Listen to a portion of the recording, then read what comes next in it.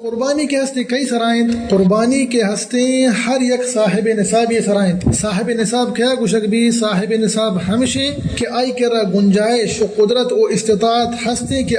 ای قربانی شعیرت ہے کہ انہا عبادت ادا بکن تو اشیارہ صاحب نصاب گوشک بھی او ہر یک لوگ یہ سرا عزیزان محترم یا قربانی ہست مثلا یک لوگ یہ تہا پیتی گوتی جن چکا اشانی سرا یا قربانی فردن یک لوگ یہ تہا مثال طور پر یک لوگ یہ تہا یک پیتی گوتی جن چکا لیکن اسی چک کے ہستے مثال طور پر کارائیں و بالغاں اشانی سرا ہم یک قربانی بیک شرطیہ شرط ہمیشہ کہ اشانی ورگ کے ہستے یک کے سفرہ یک کے دسترخوان سرا بھی اور اشانی چول کے ہستے کچن یک بھی اشانی سرا نی گوڑا خالی یک قربانی پر بیت انگا انی دوئیں جدا بیتا مثال طور پر انگا نی پیت یک قربانی ادا بکا مثال طور پر